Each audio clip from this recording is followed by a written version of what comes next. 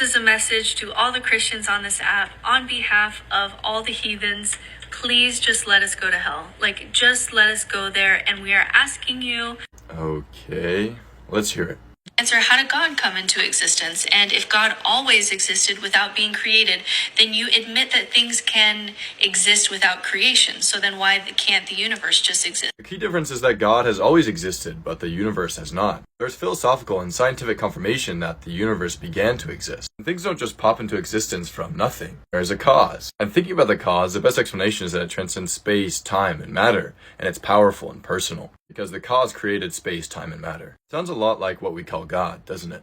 Have all your work cut out for you in proving that God is in any way good or interacts with the world or is worthy of worship or which one is the right God. You literally solve nothing by adding God to them. This is not true. Let me give you an analogy. Suppose you tell your daughter an army buddy might be swinging by today for a visit. And then your daughter later says, hey, there's a man coming up the driveway. Now it could be anybody, but it increases the probability that it's your army buddy. And then imagine she says, he's wearing uniform. It could be a policeman or a mailman, but it still raises the probability that it is your army buddy. And she says, he's carrying flowers. And on the hypothesis that it is your army buddy, we would expect all these things, so the probability is raised. So much so it might convince you that it is in fact him. My point is there are multiple arguments that raise the probability of God's existence, so much so that it convinces me. So for example, the existence of consciousness, morality, rationality, fine-tuning, contingency, religious experience, miracles, and so forth are better explained and predicted by God's existence. The best candidate in history for God's revelation is Jesus Christ. Historical evidence confirms this with a divine signature, the resurrection.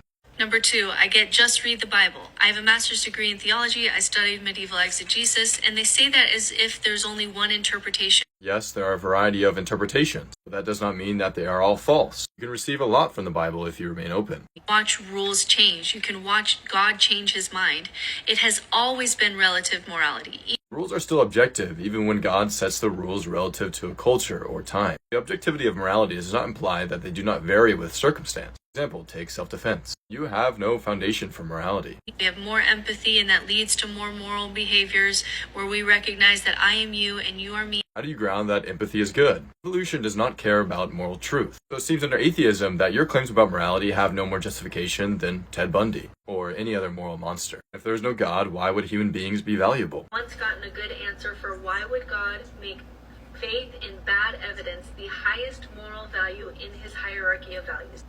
It is not bad evidence. You either haven't seen it or you have a bad definition of evidence. Evidence can be just taken as anything that raises the probability of a hypothesis being true. Of course, the evidence is not so overwhelming that it coerces you because God wants you to freely enter into a relationship with him. He doesn't want to coerce you with his power. Your video was very long, but I addressed your main concerns. Let me know if you want me to address some more or another video. God bless.